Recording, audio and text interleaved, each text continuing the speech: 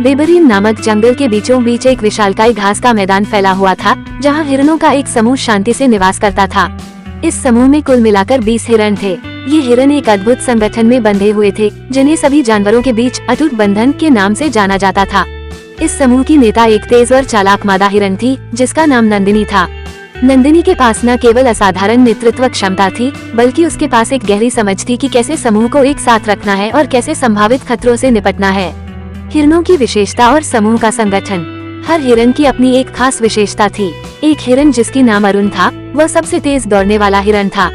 वहीं दूसरी हिरनी गौरी के पास असाधारण सुनने की शक्ति थी, जिससे वह दूर दूर तक की आवाजों को सुन सकती थी। समूह में एक और हिरण बलराम था, जो बेहद ताकतवर था। सभी हिरणों के पास कोई न कोई खास गुण था और इसीलिए वे सभी मिलकर एक अद्वितीय और अजेय समूह बनाते थे। समूह का एक साथ रहना और आत्मरक्षा। बेबरीन जंगल के भीतर हमेशा से ही बाघ और शेरों का डर बना रहता था। ये मांसाहारी जानवर अक्सर अकेले या छोटे समूहों में शिकार पर निकलते थे, लेकिन हिरणों का समूह इतना संगठित और सतर्क था कि जब भी किसी शिकारी ने उन पर हमला करने की कोशिश की, तो वे एक साथ मिलकर उसका सामना करते थे। अरुण सबसे आगे दौड़ता, गौरी अपने सुनने की शक्ति से शिकारी की दिशा बताती और बलराम अपनी ताकत से समूह की रक्षा करता। नंदिनी अपनी तेज नजर और चतुराई से सभी को निर्देशित करती कि कब और कहां भागना है या कब रुककर सामना करना है। उनका ये संगठन शिकारी को भ्रमित कर देता और अंततः शिकारी को पीछे हटने पर मजबूर होना पड़ता। शिकारी बाघ से सामना। एक दिन एक भूखा बाघ, जिसका नाम राजन था, बेबरीन जंगल में आया। वो बहुत शक्तिशाली और चालाक था। राजन ने जब हिरणों के समूह को देखा, तो उसकी भूख और भी बढ़ गई। वो सोचने लगा कि कैसे इन 20 हिरणों को अकेले ही पकड़ सकता है।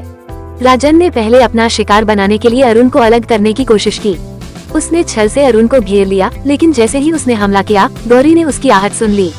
उसने तुरंत समूह को चेतावनी दी और नंदिनी ने अरुण को संकेत दिया कि वो तुरंत पीछे हट जाए। बलराम अपनी ताकत से बाघ को धक्का मारकर पीछे हटने पर मजबूर कर दिया।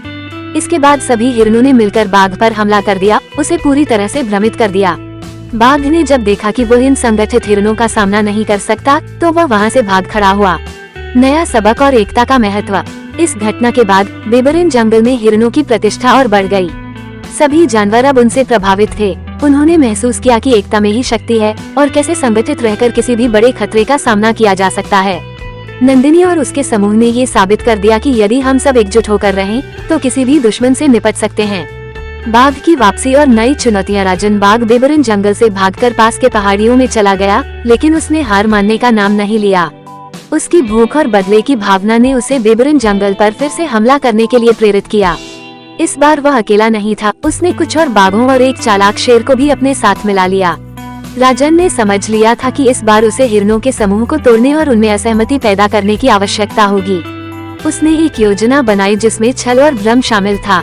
उसने शेर और अन्य बाघों को विभिन्न दिशाओं में तैनात किया और उन पर हमला करने के लिए तैयार किया। साजिश की शुरुआत एक रात, जब सभी हिरण एक बड़े पेड़ के नीचे आराम कर रहे थे, राजन ने अपनी योजना को अंजाम देना शुरू किया। उसने शेर को पहले हमला करने के लिए भेजा। शेर ने छिपकर अरुण को निशाना बनाया, लेकिन जैसे ही गौरी ने उसे देखा, उसने पूरे समूह को सतर्क कर दिया। सभी हिरण तुरंत सचेत हो गए और शेर को खदेड़ दिया, लेकिन ये सब एक ध्यान भटकाने की चाल थी।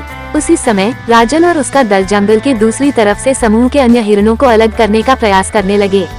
उन्होंने नंदिनी और बलराम को धोखे से अलग कर दिया, जिससे समूह कमजोर हो गया। राजन ने सोचा कि अगर वह नंदिनी को पकड़ ले, तो बाकी हिरण आत्मसमर्पण कर देंगे। नंदिनी की बुद्धिमत्ता और बलराम की शक्ति, लेकिन राजन नंदिनी की बुद्धिमत्ता और बलराम की ताकत को कम आंक रहा था। नंदिनी ने तुरंत स्थिति को समझा और एक योजना बनाई। उसने बलराम को संकेत दिया कि वह अपने पूरे बल से राजन पर हमला करे, जबकि वो खुद बाकी हिरणों को इकट्ठा करने के लिए दौड़ पड़ी।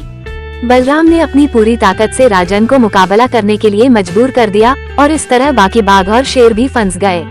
नंदिनी ने अरुण और गौरी को बुलाकर बाकी हिरणों को निर्देश दिया कि वे सभी एक साथ बाघों और शेरों को घेर लें।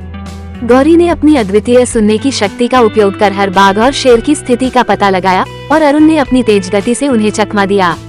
सभी हिरणों ने मिलकर राजन और उसके दल को फिर से जंगल से खदेड़ दिया। सबक और भविष्य की तैयारी। इस जीत के बाद बेबरीन के हिरणों का आत्मविश्वास और भी बढ़ गया।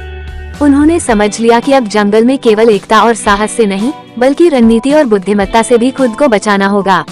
नंदिनी ने तय किया कि अब से हर हिरण को अपनी विशेषता और भी अधिक निखारनी होगी। अरुण ने दौड़ने की नई तकनीकें सीखी, गौरी ने सुनने की शक्ति को और बढ़ाया और बलराम ने अपनी ताकत को और भी शक्तिशाली बनाया। हिरणों का ये समूह अब न केवल बेबरिन जंगल में सबसे संगठित था, बल्कि सबसे अधिक प्रशिक्षित और सतर्क भी। राजन की अंतिम होराजन ने जब ये देखा कि उसकी सभी चालें नाकाम हो गयीं, तो वह निराश होकर जंगल से हमेशा के लिए चला गया। उसने अब समझ लिया था कि यह हिरणों का समूह अजेय है और उनके खिलाफ जाने का मतलब केवल अपनी हार को आमंत्रित करना है। बेबरिन जंगल अब और भी सुरक्षित हो गया था। हिरणों का ये समूह, जो एकता, साहस और बुद्धिमत्ता का प्रतीक था, जंगल के सभी जीवों के लिए प्रेरणा बन गया। उनकी कहानी जंगल के कोने कोने में फैली और उन्होंने साबित कर दिया कि अगर साथ रहो और एक दूसरे का सहारा बनो, तो कोई भी ताकत आपको हरा नहीं सकती।